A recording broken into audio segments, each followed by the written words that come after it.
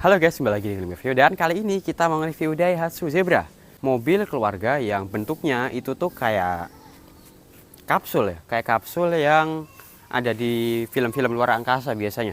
Dan leluhurnya Daihatsu Zebra ini itu tuh dikasih nama Daihatsu Wijet, itu keluar di tahun 1977 dan itu masih CBU dari Jepang, jadi nggak dirakit di Indonesia. Terus akhirnya di tahun berapa saya lupa tuh, tahun segini akhirnya mulai dirakit di Indonesia dan dikasih nama Hijet 55 White, dan akhirnya di tahun 1983 atau 1987 itu keluar Hijet Zebra. Itu dikasih mesin 1000 cc. Terus akhirnya di tahun 1995 itu akhirnya keluarlah Daihatsu Zebra Espace ini. Dan mobil ini sebenarnya tuh mau berusaha bersaing di pasar mobil keluarga kayak misal Kijang, Panther atau sebenarnya itu bukan rival sebenarnya sih. Rival sebenarnya itu ada Suzuki Carry. Nah iya, Suzuki Carry yang bentuk-bentuknya juga mirip kayak gini. Dan langsung aja kita bahas lampunya dulu. Jadi lampunya ini pakai multi reflektor halogen yang pakai Mika Kusam atau Mika yang garis-garis lah. Ya mobil-mobil tahun 90-an lah. Sini nih buat lampu utamanya yang high beam sama low beam. Terus di sini ada lampu kecil dan lampu ratingnya. Sampai sini nih lampu ratingnya. Terus di bawahnya ini buat yang bedain antara yang generasi pertama ya, facelift pertama sama facelift kedua sampai blablabla. Itu bedanya di bagian grill sini ya. Kalau yang ini tuh tahun 97 jadi desain kayak gini tuh. Kalau di tahun sebelumnya sebenarnya sama, cuman mungkin ada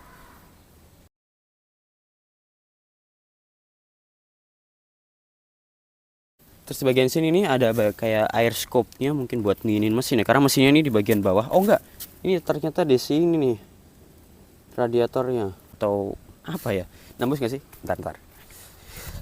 Oh enggak nembus tuh, cuman bolongan doang mungkin biar apalah. Terus ini bagian bawah depannya ini yang landai banget. Terus kacanya yang gede, jadi emang kalau nyopir di mobil ini tuh rasanya benar-benar nggak terasa keterintimidasi kayak nyopir mobil ini, kayak nyopir mobil SUV misal. Mobil SUV tahun 90-an tuh apa sih? Land Cruiser ya? Iya, Land Cruiser. Tapi ini kan kelasnya bukan Land Cruiser, bro. Ah, udahlah. Terus ini wipernya ya, Bang. Terus di sini buat apa? Buat nyemprotin airnya. Dan depannya udah sekarang kita ke sampingnya dulu. Sampingnya ini kalau kita lihat secara overall bentuknya tuh kayak kapsul yang nggak simetris. Terus ini di sini ada garis yang ditarik dari lampu depan sampai lampu belakang tuh. Dan panjang mobil ini tuh 3,8 meter, 3,845 ya. Terus sini nih buat buka tangkinya ya, jadi bukan di bagian belakang sini kanan atau kiri tapi di bagian bawah. Kenapa? Karena ini tuh dasarnya sebenarnya pickup, jadi ada versi pickupnya. Dan ini patahannya bukan sih? Oh bukan ya, bukan. Kalau di Panther itu kan di sini kayak ada patahannya, las-lasannya. Terus rem depannya masih rem cakram. Kenapa aku buka pintu belakang dulu? Nah, desain belakangnya ini tuh bentuknya ya kotak tapi agak lonjong ke atas karena ini tuh lebarnya 1,5 meter, tingginya 1,8 meter. Terus ini di bagian belakangnya ini jelas ada lampu belakangnya, ada lampu remnya ya. Ini bawahnya lampu sen warna oranye jelas. Terus ini lampu remnya full semua. Lampu mundurnya ada di bagian sini nih. Ini cuma satu titik doang, nggak sampai di kanan kiri ya, nggak simetris jadinya. Terus buka bagasinya ini tuh nggak begitu praktis karena harus pakai kunci. Terus buat ban serepnya ini di bagian bawah sini nih. Ini kalau bukanya tuh harusnya ada di bagian sini. Atau di mana ya? Udah, sekarang kita lanjut ke dalam dulu. Nah, ini dia interiornya. Jadi ini interiornya tuh bikin saya agak nostalgia gimana gitu, karena dulu mobil pribadi, mobil keluarga yang benar-benar pertama saya naikin itu ya mobil ini, Daihatsu Zebra Espace. Tuh saya waktu masih kelas 1 SD atau masih TK malahan. Oke, terus kita bahas yang ini dulu. Jadi door trim yang modelnya datar gini, terus tinggal ditempel-tempel yang gini. Model kayak tahun 90-an memang gini-gini sih. Sini buat door handle-nya. Ini buat nutup, sebenarnya buat nutup ini, tapi juga bisa buat armrest juga. Terus ada speakernya dan ada buat naik turunin window-nya yang masih mekanikal. Terus ini buat kuncinya yang belum central lock.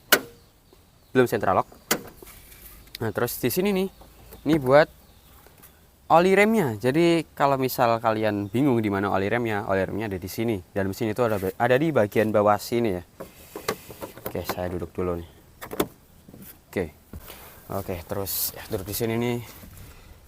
Posisi duduknya tuh cukup commanding ya, terus nggak bisa dimaju mundurin, cuman bisa di reclining doang. Ya sebenarnya kalau dibilang kurang, iya ini kurang banget. Ini seret nih.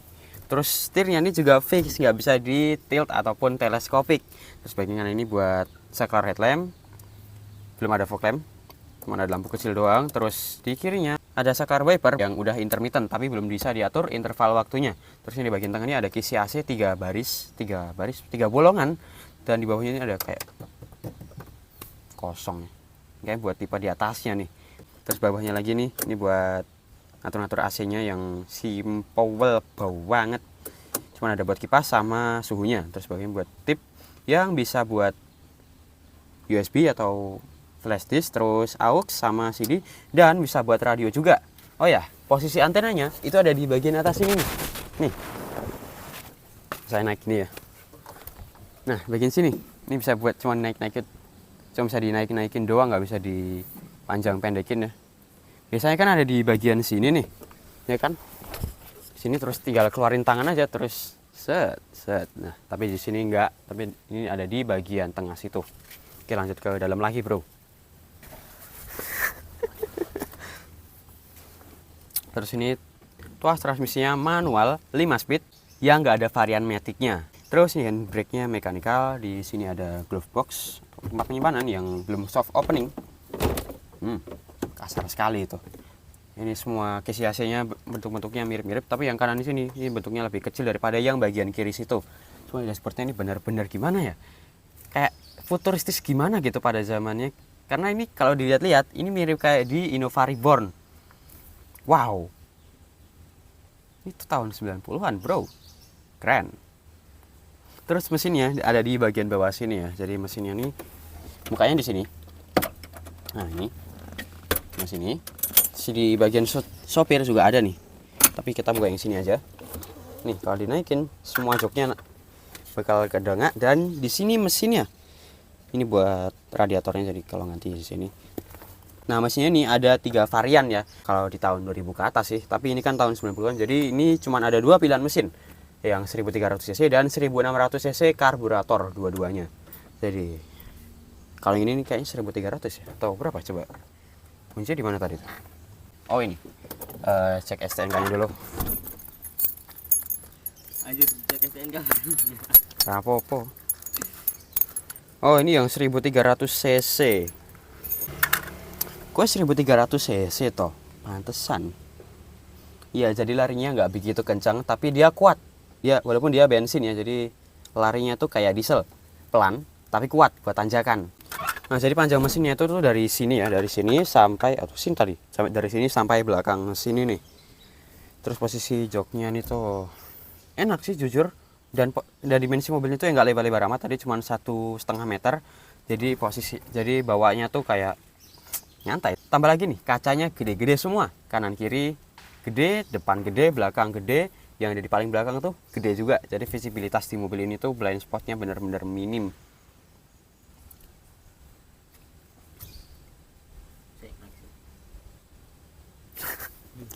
Nah terus setirnya ini modelnya palang 4 yang polos, cuman ada bel-belan, belum ada airbagnya.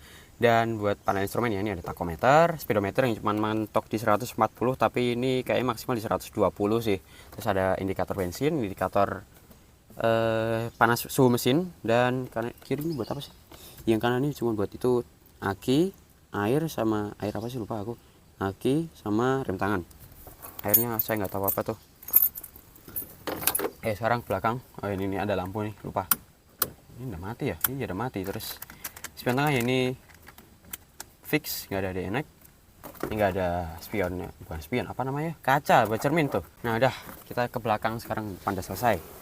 Nah kalau pintu depannya tadi bukan kayak gini, ini spionnya belum elektrik. Lupa. Itu belakangnya bukan kayak gini, kayak Alphard, cuman bedanya mekanikal. Nah, masuk ke belakang sini tuh ini lumayan tinggi nih, walaupun ada footstepnya. Jadi emang kalau misal buat orang tua, buat simbah-simbah, cocoknya kalian nambah footstep di sini. Karena kalau walaupun ada footstep di sini, itu tetap tinggi banget. Naiknya nih tambah lagi ada hand grip lagi, kayak di Alphard kan di sini ada. Naiknya ke sini nih. Ini bukan Alphard bro, nggak usah banyak. dan duduk kayak gini dan boom, posisinya lega banget. Tapi yang jadi masalah itu tuh ini nih, ada gundukan yang tinggi buat mesin, jadi pahanya kurang kesangga dengan baik nih, kelihatan kan. Tapi legroomnya, jarak antara dengkul sama jok baris depan ini jauh banget rek. Ini 1, 2, 3, 4, 5, 10, 20, 23 sampai 24 jari. Tapi tetap nggak enak. Kenapa? Karena bisa enak kalau posisi kakinya kayak gini nih. Terus ini bisa direbahin, bisa reclining. Ini di sini macet nih, yang sini nih bisa kayak gini dan nggak bisa maju mundur. Nah, yang tadi saya bilang, ini mesinnya tuh udah sampai belakang sini nih. Nah, ini dia mesinnya nih. Jadi ini buat di bagian sini, terus ini nih. Di sini ini buat ruang bakarnya, ini buat transmisinya atau buat ya gitu. Di sini buat filter udaranya atau buat bagian nyedot udaranya, ini buat karburatornya, ini akinya dan lain-lainnya. Ini transmisinya tuh. Lihat transmisinya tuh kayak ada garis-garisnya gitu. Jadi kayak misal di motor bebek ya pendinginannya. Nggak pakai air tapi pakai angin. Tapi nggak tahu harusnya pakai. Emang ada ya transmisi yang diginin pakai air? Nggak ada bro. Ya udahlah. Nah terus di platformnya sini ini nggak ada, di bagian lainnya lah nggak ada AC double blowernya. Nah, misalnya ya dipantaikan di sini, kalau di Kijang itu di sini, tapi di sini nggak ada depan belakang, jadi cuma dari depan doang nih. Jadi kalau misal AC nyala itu pasti panas belakang sini. Kalau misal lagi panas-panasnya, kata siapa? Enggak lah, bisa dikencengin, itu 3 baris loh lampu AC depannya.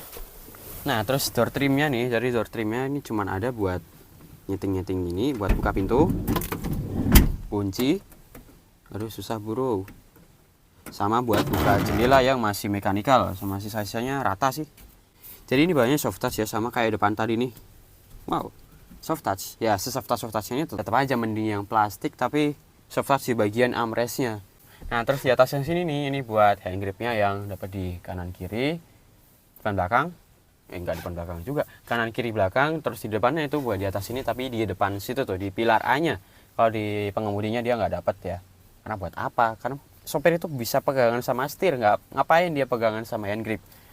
Terus jok belakangnya ini udah nggak ada, dia dilepas sama ownernya, jadi diganti kasur kayak gini nih.